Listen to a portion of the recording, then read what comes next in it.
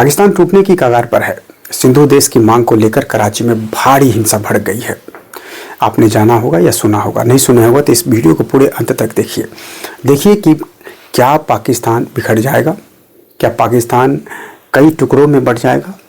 अभी सिंधु देश को लेकर के भारी हिंसा सड़क पर उतर आई है और भारी हिंसा शुरू हो गया है। आइए शुरू करते हैं वीडियो। इससे पहले हर बार की तरह इस बार भी अनुरोध कि चैनल को लाइक कीजिए, सब्सक्राइब कीजिए और शेयर कीजिए। अगर चैनल वीडियो अच्छा लगता है तो कमेंट्स के माध्यम से मुझे अपना सुझाव भी दीजिए। तो शुरू करते हैं। नमस्कार, द रिव्यू में आपका बहुत स्वागत है। मैं दिनेश गुप्ता आपके समक्ष एक ज्वलंत मुद्दा लेकर उपस्थित हूँ। पाकिस्तान के कराची में अलग सिंधु देश की मांग को लेकर हो रहे विरोध प्रदर्शनों के हिंसा में बदलने से बाद तनाव बढ़ गया है। हिंसा की वजह से पत्थरबाजी, तोड़फोड़ और पुलिस के साथ तीखी झड़प हुई है। हिंसा रविवार को सुबह तब शुरू हुई जब अलग सिंधु देश की मांग को लेकर सिंधी कल्चर डे पर प्रदर्शनकारियों ने सड़क पर उतर आए, जिसे सिंध मुत्तहिदा महाज यानी कि JSSM के बैनर तले सिंधियों के एक बड़े ग्रुप ने आज़ादी और पाकिस्तान मुर्दाबाद के नारे लगाए। उन्होंने सिंध की आज़ादी की मांग। सिंध प्रांत, जो सिंधु नदी के पास का इलाका है, 1947 में बंटवारे के बाद पाकिस्तान में चला गया था। महाभारत के अनुसार सिंधु देश आज के सिंध का पुराना नाम था, जो पाकिस्तान का तीसरा सबसे बड़ा प्रांत है। रविवार को अधिकारियों की रैली का रूट बदलने के बाद तनाव तेजी से बढ़ गया, जिससे हजारों प्रदर्शनकारी नाराज हो गए। हालात तब और बिगड़ गए जब भीड़ के कुछ लोगों ने सुरक्षा कर्मियों पर पत्थर फेंकना और तोड़फोड़ शुरू कर दी। पुलिस ने भीड़ को हटाने के लिए आंसू गैस के गोले भी छोड़े। स्थानीय रिपोर्टों में कहा गया है कि हिंसा के सिलसिले में कम से कम 45 लोगों को गिरफ्तार किया गया है। डॉन, वहाँ की जो स्थानीय पत्रिका है, उसके मुताबिक हिंसा में 5 पुलिस वाले घायल हुए हैं। सरकार ने पुलिस को संपत्ति को नुकसान पहुंचाने और पुलिस की गाड़ियों को में तोड़फोड़ करने वालों की पहचान करने और उन्हें गिरफ्तार करने का निर्देश दे दिया है। लंबे समय से सिंधी संगठन प्रांत में लगातार राजनीतिक दबाव और मानवाधिकारों के उल्लंघन का दावा करते रहे हैं।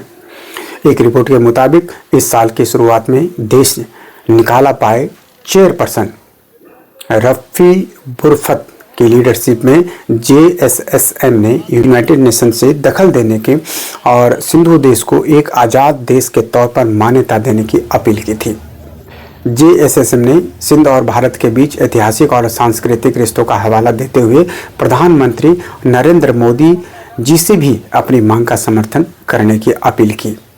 अपने बयान में संगठन ने पाकिस्तान के सुरक्षा बलों पर सिंध में गंभीर मानवाधिकारों के उल्लंघन का आरोप लगाया, जिससे एक्टिविस्ट और पत्रकार को जबरन गायब करना, टॉर्चर करना और न्याय के बाहर हत्याएं शामिल है।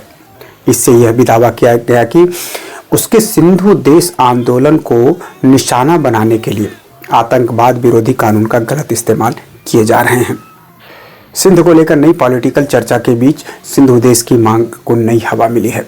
पिछले हफ्ते एक पाकिस्तानी न्यूज चैनल ने एक चर्चा दिखाई, जिसमें यह पत्रकार और एक एक्सपर्ट ने दावा किया कि MQM मुत्तहिदा कौमी मूवमेंट के चीफ अल्ताफ हुसैन ने एक बार सिंध के पूर्व होम मिनिस्टर जुल्फिकार मिर्जा से कहा था कि 18वें अमेंडमेंट के पास होने के बाद सिंधु देश कार्ड अब हमारे हाथ में है। भारत में भी इस मुद्दे पर तब ध्यान गया जब रक्षा मंत्री राजनाथ सिंह ने भरोसा जताया कि सिंध इलाका एक दिन भारत में वापस आ जाएगा। पिछले महीने नई दिल्ली में सिंधी समाज सम्मेलन में बोलते हुए राजनाथ जी ने कहा कि उनकी पीढ़ी के कई सिंधी हिंदुओं ने 1947 में उस फैसले को कभी पूरी तरह से स्वीकार नहीं किया, जिसके कारण सिंध पाकिस्तान का हिस्सा बन गया। उन्होंने जोर देकर कहा कि सिंध हमेशा से सांस्कृतिक रूप से भारत से जुड़ा रहा है।